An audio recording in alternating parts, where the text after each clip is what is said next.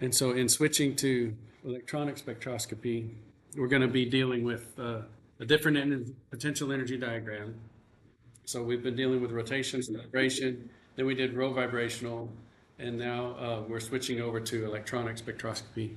And so we're going to get into different potential energy surface diagrams. So this is what's called a Grotrian diagram. It's the atomic energy levels of oxygen. And these are all of the different transitions you can have in the atom of oxygen, okay?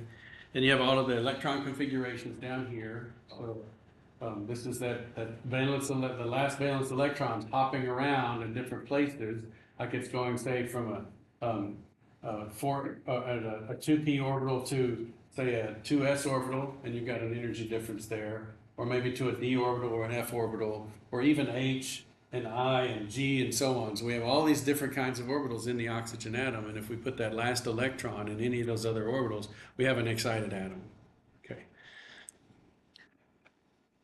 So if we zoom in here at the bottom, we see down here that we got this little triplet state here, and then we've got this singlet up there. And if we zoom into those different electron configurations, up here is the ground state, or I mean the oxygen electron configuration, where you have the electrons paired up. So this is the energies given out of Gaussian, but this would be the electron configuration for oxygen of 1s2, 2s2, 2p4, where you have those p orbitals, and you have not followed Hund's rule.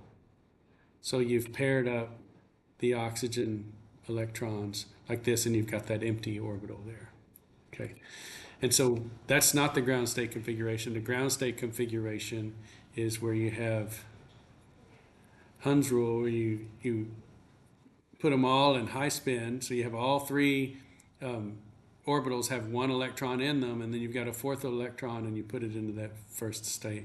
And so you have one orbital with a paired set of electrons, and then you have two orbitals with single electrons in it, and that's going to be a triplet state. So the ground state of oxygen is a triplet, not a singlet. So if you were doing oxygen calculations, you would have in Gaussian to put in a zero charge and a triplet for the charge and multiplicity.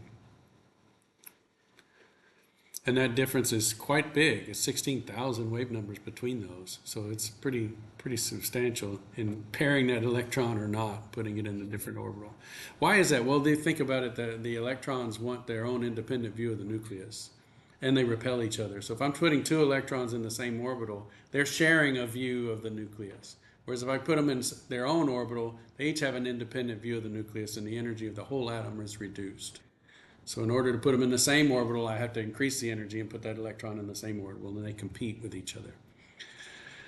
And so then we can take that triplet oxygen and we can combine it together. And we've done this already. We did the MO theory. We can make the MO diagram for oxygen molecule.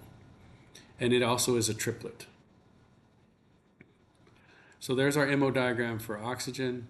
We could take that MO diagram and we could stretch it, and the energy levels would come closer together, because what happens when you make the box bigger, the energy levels get closer together. You make the box smaller, they get further apart. And if you map that out on bond length, you get the potential energy surface diagram. So this is the diatomic potential energy surface diagram for oxygen. And we have the electronic states laid on. And it's since it's so complex now, we've just reduced our ability to make terms, and we just reduce it to just using X for the ground state. So we have X for the ground state, and then we go up A, B, and C, and so on. We have singlet A and triplet A, singlet B and triplet B. I don't know why these are lowercase and those are uppercase. That's just what was in Atkins. I don't know the conventions in this area. Okay. But what we have with all of these potential energy surfaces is we have different equilibrium bond lengths, we have different vibrational energy spacings, and so on. And why would we have those differences? It's because we have a different electron cloud. Like this blue one might be the singlet oxygen, ground state singlet oxygen. You know, it's the lowest singlet set we have. And this one would be maybe a singlet, but they're still in separate orbitals, but we've had a spin flip. So we have one electron up, one electron down. Or we could have a triplet where we have an electron that's excited up to the first available excited state, and that one has quite a lot longer bond length. See how the bond length is the minimum of these potential energy surface wells, and so this has got a really long bond length because we've populated this sigma antibonding orbital.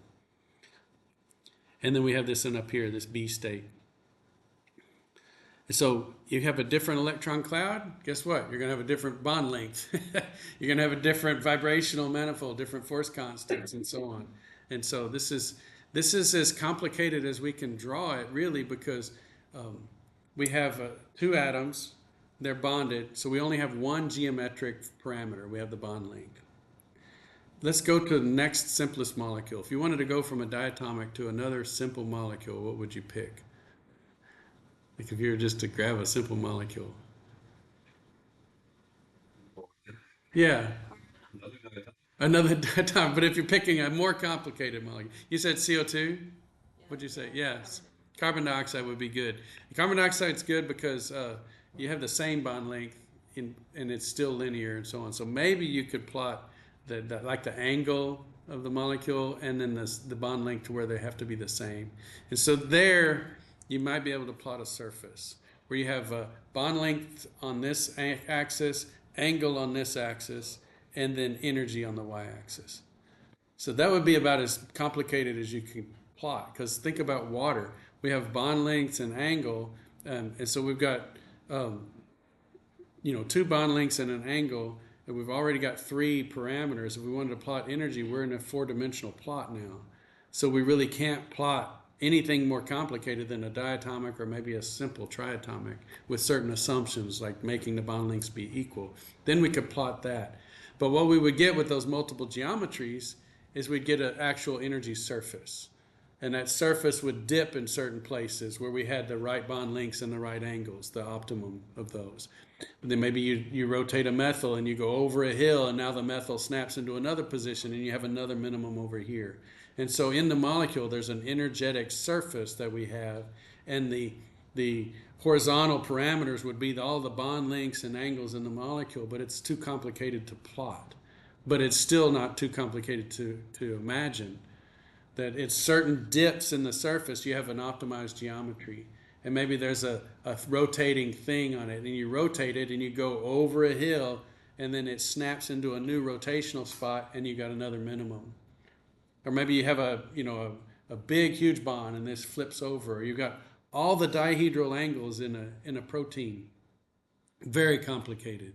And yet you've got all those dihedral angles that would snap together. Maybe they make a beta sheet, and you've got a minimum there. And maybe you twist the whole darn thing up, and you make a alpha helix, and you got a minimum there. And if the alpha helix minimum is lower than the beta sheet minimum, maybe that's the preferred structure. So we have these potential energy surfaces that might be somewhat easy to imagine, but impossible to plot. Okay, so this one's easy to plot. We have one dimension and we have energy.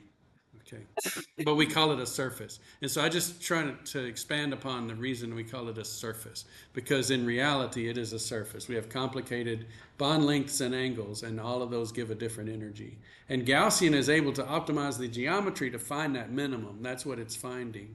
So Gaussian's exploring the potential energy surface by changing all of the bond lengths and angles and finding those minima. Now, we have a hard time guaranteeing, except for small molecules, that we're at the global minimum. There is one minimum, one dip on that surface that's the lower than any of the others.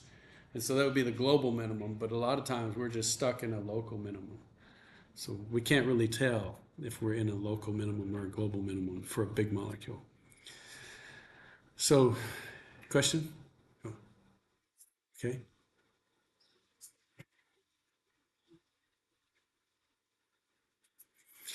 This is the term symbol for the atom.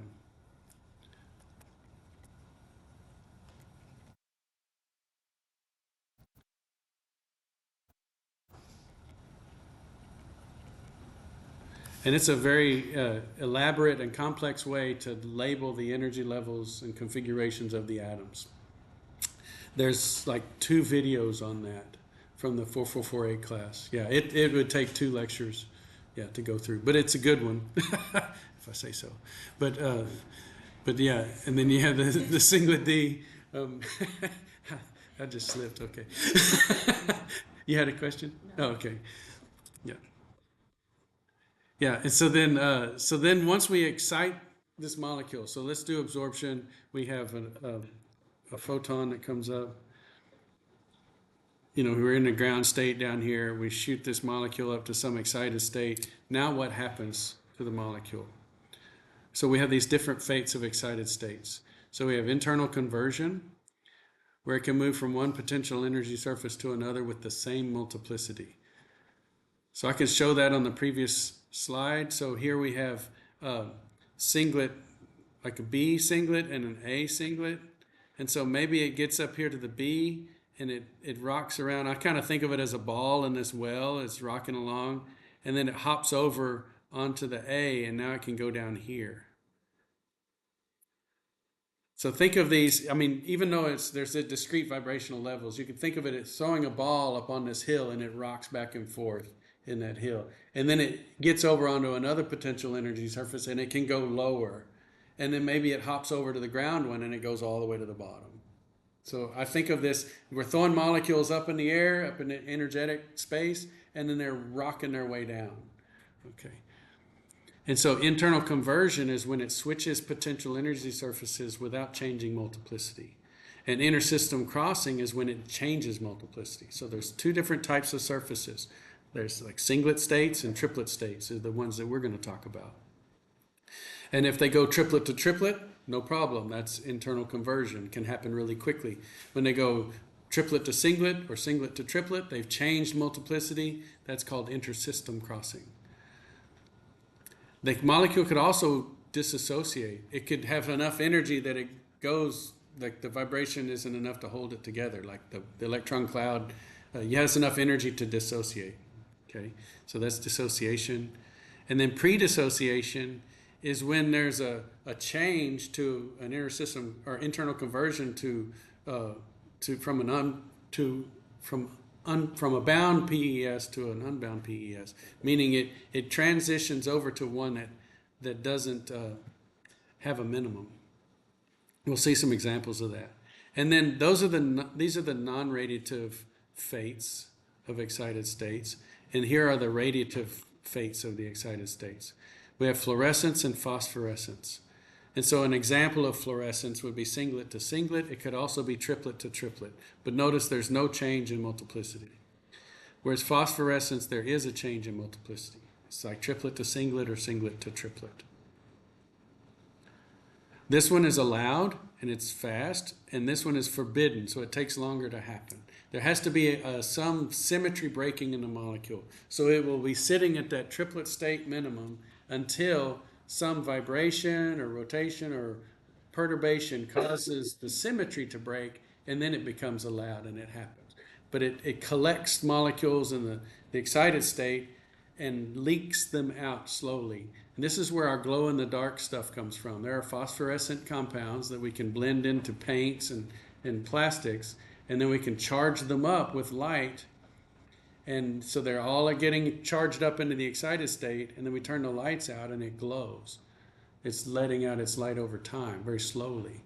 And so we just passed Halloween, all the glow-in-the-dark stuff that's using phosphorescence. It's pretty common. Okay. It's not the necklaces and bracelets. Those are chemiluminescence. It's a chemical reaction that emits light. Okay, so there's a chemical reaction, and the products of that reaction are not in the ground state, they're in the excited state, and they're stuck, and so then they'll emit light rather than going down non-radiatively. So this is the way I visualize our spectroscopy in the visible region. My cousin had this game from Japan called pachinko, and it's like a pinball machine that you had, and you have these ball bearings that you put into the machine up at the top, and you hit this lever and it shoots the ball bearings up at the top, and they bounce through all these pegs, and you want them to go into these little pockets. And so if we put this, you can see them. It's like the noisiest video game ever. It's not a video game, it's the noisiest. You see how the ball's coming out? It's when it goes into some of these little holes, like this one here, or like this one here. or sometimes it goes down in the jackpot right in the middle. And so to me, I consider those the radiative. You want the radiative transitions, okay? But if it's bouncing through all the little pegs, those are the vibrational levels. And so I kind of see these as vibrational levels, right? And when it hits one of these, it drops down and it spits out balls, so radiative. And a lot of times the vibrational relaxation is more probable than the radiative relaxation. And so we have lots of non-radiative vibrational relaxation, and the molecules are just heating up. We're hitting them with light, but they're just heating up. They're not giving back any fluorescent light. But sometimes they hit the right spot and they'll spit out photons of light. So this is what's going on. We have absorption. We have radiationless decay. Now we call it radiationless, but it does emit infrared. But we're doing a visible experiment, and so that's why we call it non-radiative, because it's non-radiative in the visible. Okay, it's still giving off heat in the form of infrared light. And also if it's colliding with a gas, it's just getting rid of its energy in a collisional transfer of energy. And then it can fluoresce too. Now it could do intersystem crossing. So a lot of times it's when the vibrational levels match, then it finds itself on a new potential energy surface. And so it'll do intersystem crossing and get to a triplet state. And then it will collect here in the ground state and wait until statistical anomaly or symmetry breaking or something happens, and then it spits out a phosphorescent photon. And so since it's forbidden, it takes longer to happen. Then we have dissociation. Look up here. If we're doing an absorption experiment, we can see all these peaks show up wherever there's vibrational levels. And they get closer and closer together, and then the curve becomes smooth. So when that curve becomes smooth, we've gone past the dissociation limit of this excited state.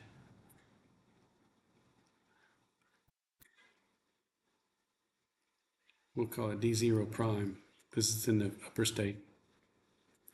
And notice if we were to sort of put a ball right here on this hill, that ball would have enough potential energy to go down the hill and out. You see that? So once you get above that dissociation energy, you've given the molecule enough energy to dissociate. It has more energy than it needs. It won't get trapped in the vibrations. It'll just dissociate. And that can happen at any energy. So that's why it's smooth. There's no peaks up there. So when you're looking at a vibronic transition, you see the vibrational transitions, and then they get closer and closer together, and then it just gets smooth. And now you've measured the dissociation energy. Yeah. Now sometimes those vibrations disappear. So you've got nice vibrations here, and you got some nice vibrations here, but in here they disappear. And you might have detected an intersection with an unbound state. And so in this particular electron cloud, whatever state that might be, it might be B, some B electronic state, and maybe this one is C, and C has a different population of electrons. Maybe they got electrons in an antibonding orbital or something like that, and it's not bound. So B would be bound, but we had inner system or internal conversion over to C, and now C is not bound, and we get dissociation. But it's called pre-dissociation because we're not at enough energy to dissociate on B, but we are at enough energy to dissociate on C. So it's absorbed to B, and then it transfers over to C, and the molecule disappears. So in that region, we would get a continuum. Now this one, put a star on this page, because this is a really important thing. This shows that the fluorescence is always Stokes shifted to the red.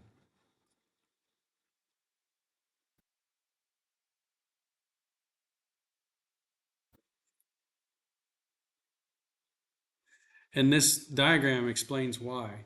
Notice the absorption has a long arrow, okay? So that means short wavelength. So see, the absorption over here is on the blue side. And then you have this radiationless decay, which takes energy away from the system. And then the fluorescence, or even phosphorescence, is going to be a shorter arrow, so it's going to be on the red side. So fluorescence is always to the red of the absorption. Yeah. And you can see that from the energy level diagram. That arrow for the emission always has to be shorter than the arrow of the absorption. So the absorption is always blue, and the fluorescence or phosphorescence is always red shifted from the absorption peak. Very important. And only in certain cases, you don't always get it, but in certain cases you'll get the 0 to 0 transition, and those will overlap because that arrow is the same length. The arrow went up 0 to 0, and then it emitted 0 to 0. So those by definition are the same length. If they're the same length arrow, that's the same wavelength that they show up at. So they can overlap at 0, 0, but then the fluorescence goes towards the red and the absorbance goes to the blue.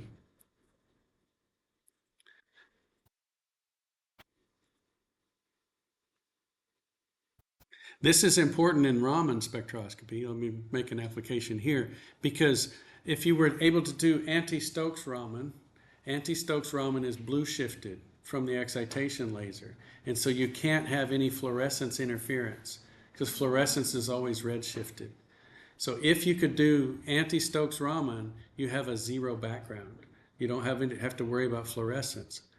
But what's needed for anti-Stokes Raman, blue shifted Raman, is you have to have hot bands. You have to have molecules in the excited states because they're already in the excited state. A green laser pumps them, and then they emit a blue line. Well, because that arrow is longer, it's blue shifted. But if you don't have molecules in the excited states, you won't ever get anti-Stokes. So so you have to have really close together vibrational lines, vibrational energy levels for anti-Stokes, or you have to pump it a certain way. This Frank-Condon factor is really just a simplified version of the transition dipole moment integral. It's just the wave functions of the lower and upper states multiplied by each other. They're not using the dipole moment in the middle. But this is what's giving us our intensities. And we talked about that in that rho vibronic discussion. And so here's our two potential energy diagrams. So we have this one, which I show the beefy dog, the beefy doge here, because it has lots of information in it. It's got accurate vibrational levels.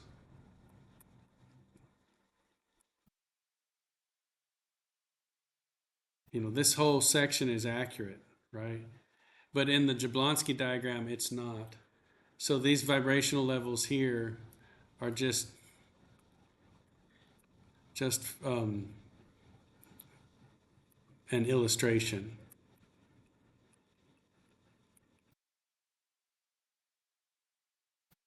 See, notice how these levels are shown farther apart. These levels are shown close together. These levels are shown close together. You know, they're trying, in the potential energy surface diagram, they're trying to be very, very accurate. In the bond lengths and everything, it's all very good.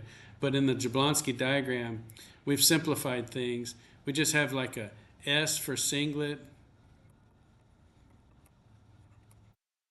a T for triplet.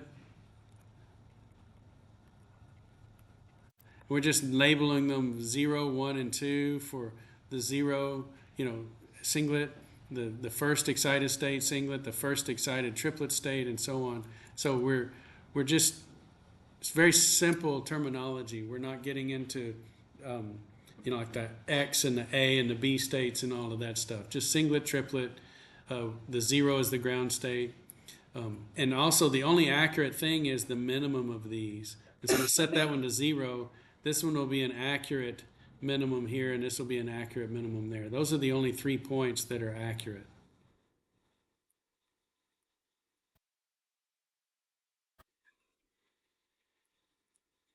Shoot, we're out of time. And so let me just show you on the Jablonski diagram, everything we've talked about, and then we'll be done. So blue light pumps the molecules up into the singlet state. We have an allowed transition, singlet to singlet. Then we have infrared light coming out, non-radiative relaxation. Then we have maybe an intersystem crossing over to the triplet state and some more non-radiative relaxation. And then we might have internal conversion over to the singlet state and make our way down. So all of that is non-radiative. Or we could have visible light come out in phosphorescence or fluorescence. And all shown on the Jablonski diagram. The only reason I say it's inaccurate is the vibrational spacings are inaccurate. And the x-axis and how we put these together there's nothing important about, putting the singlet 0 on the right. It could be over here. And then it could be the singlet 1 and then the triplet 1. So the order left to right doesn't matter. There's no internuclear bond length. That's not on here. So the Jablonski diagram is more of a cartoon of an energy diagram than an accurate potential energy surface. Okay, so that's the main point for today. We'll get into all of the chromophores and modeling color. That's what our next project's about, so we don't have to worry about the rest of this lecture.